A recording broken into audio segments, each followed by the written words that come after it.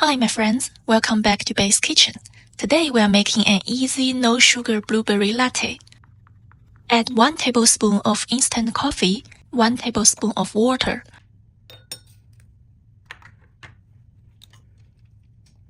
Put the frother at the bottom and whip it up.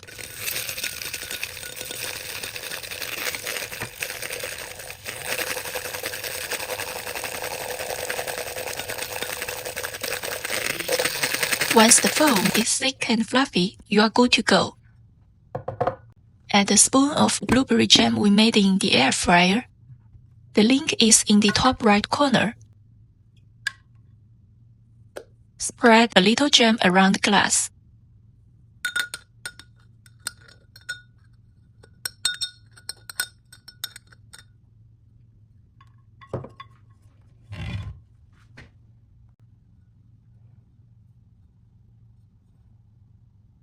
Pour in 300 ml of cold milk.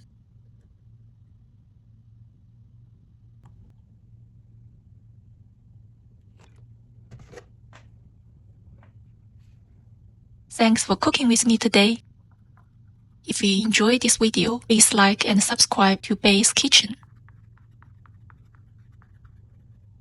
See you next time.